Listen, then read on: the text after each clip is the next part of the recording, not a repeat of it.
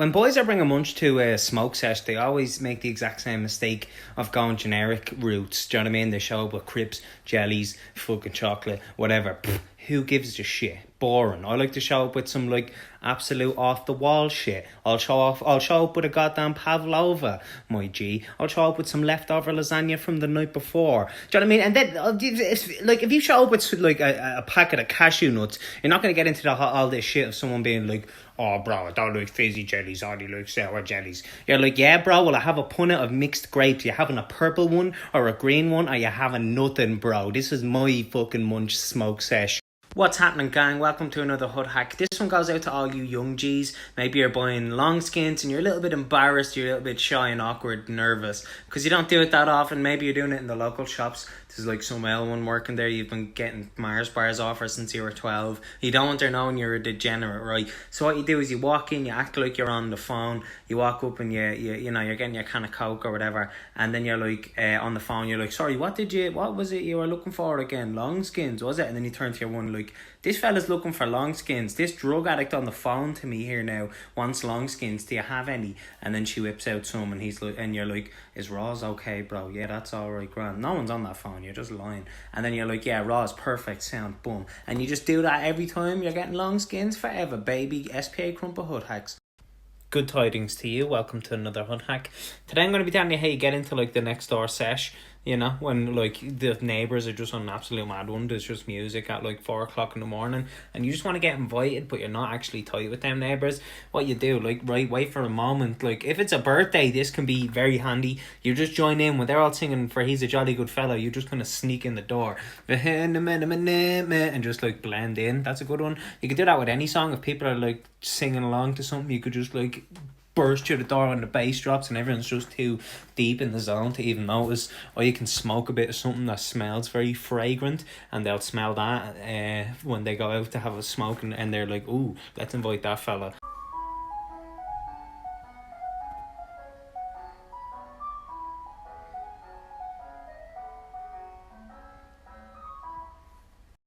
Recently discovered the analytics on this app, and I've realised that I have a percentage of UK followers. So to the 16% views from the UK, hold tight, my man.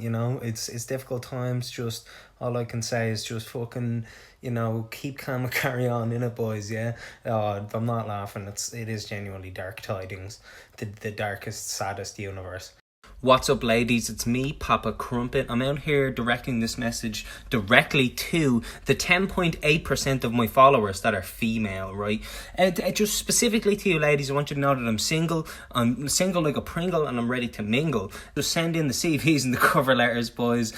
What's happening, my cult? Welcome to another episode of Hood Hacks. Today, this is going to solve the issue that you have when you have to leave with your bank card and your passport as ID when you're going somewhere, because you know the bouncer's a prick, or you know that you look young. So what you do, you get a Revolut card, custom Revolut card, and on the Revolut card is a picture of the relevant page of your passport. So then you just flash that at the bouncer, and for nothing else, it's worth trying just to see him be confused, and he's going to turn you away. Obviously, he's going to say, this is a Revolut card, this isn't photo ID. But someone do that, and let me know how it gets on. Hood Hacks for Life, S.P.A. Krumpit.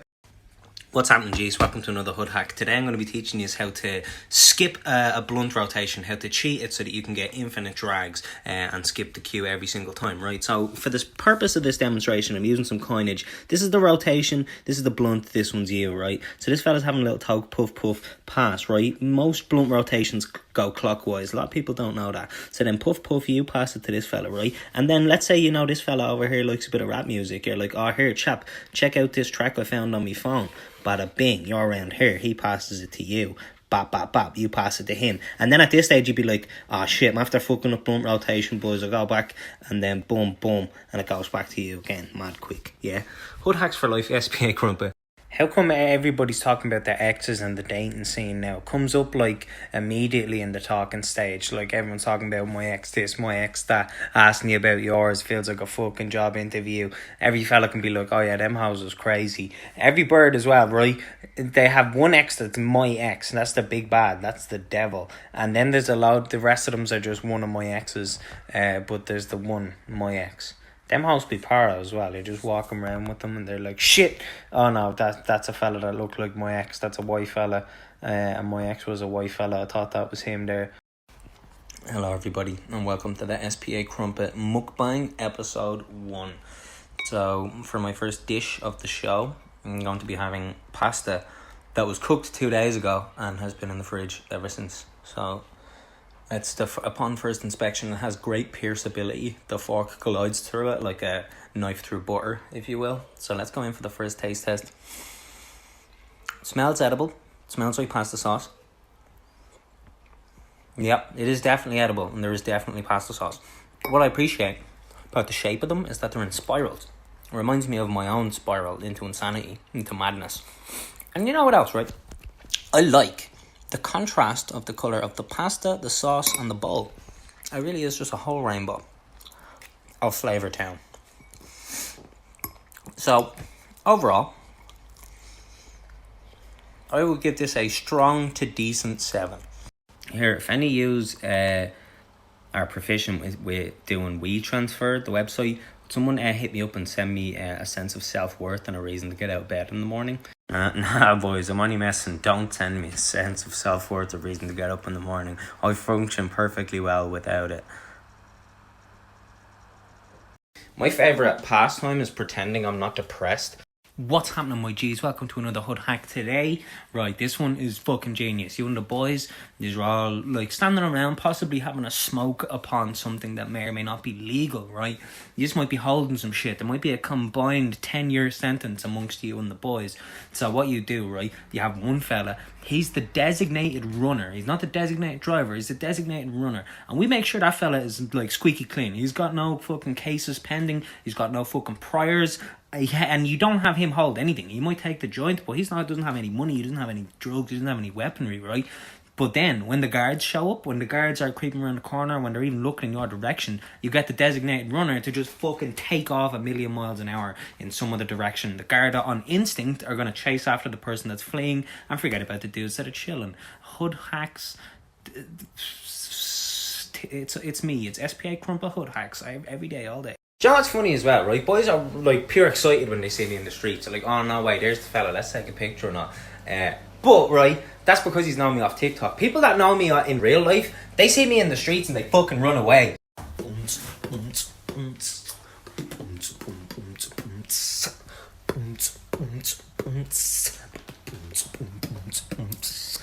be so cool.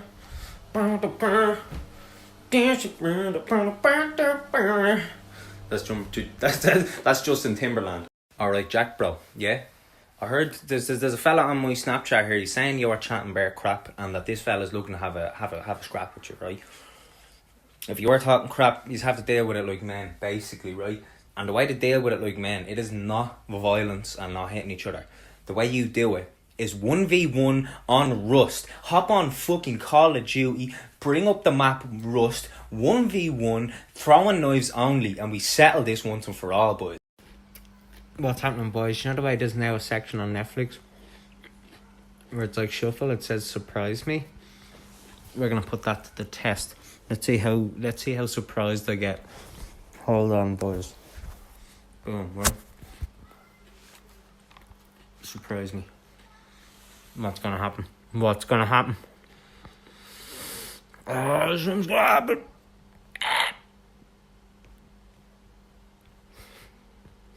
Oh. What? Stranger Things season 1. Shut the fuck up. Boys, I'm just going to say it, I really missed the 17A. That was not bushroot. That was a mythical creature. That was the stuff of legend. It was like the Banshee. You might see 6 of them cruising through Coolock at the same time and then not see another one for a year. You could see a woman giving birth and smoking crack at the same time and the bus driver wouldn't even notice. And the way it just disappeared, it just stopped overnight and suddenly there's 2 other buses in its place. It's like a hydra. They chopped off its head and 2 more sprouted out. So let's all just pour out a sup of liquor for the best bus of all time for getting stabbed on. What's happening, Krumpit Cult?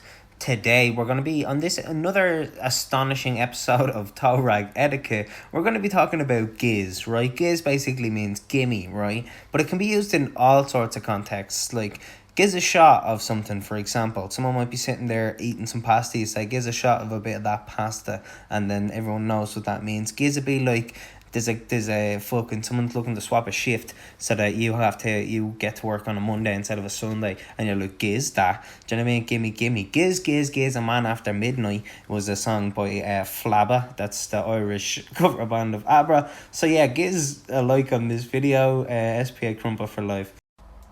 The word hood rat comes from the etymology for the word neighbourhood, and oftentimes people would shorten that down to hood when it felt more like a war zone and less like a residential estate. The word rat, it normally means a snitch or someone who's after like being a fucking tattletale, but when you put them together, hood rat becomes a completely different term. That becomes anyone who grew up in a lower socio-economically disadvantaged area and they live that way of life proudly. That is what a hood rat is. It is not a rodent that resides in the hood of your hoodie. That's a common misconception. A lot of people think that's what a hood rat is. That isn't what it is. It's what I say it is.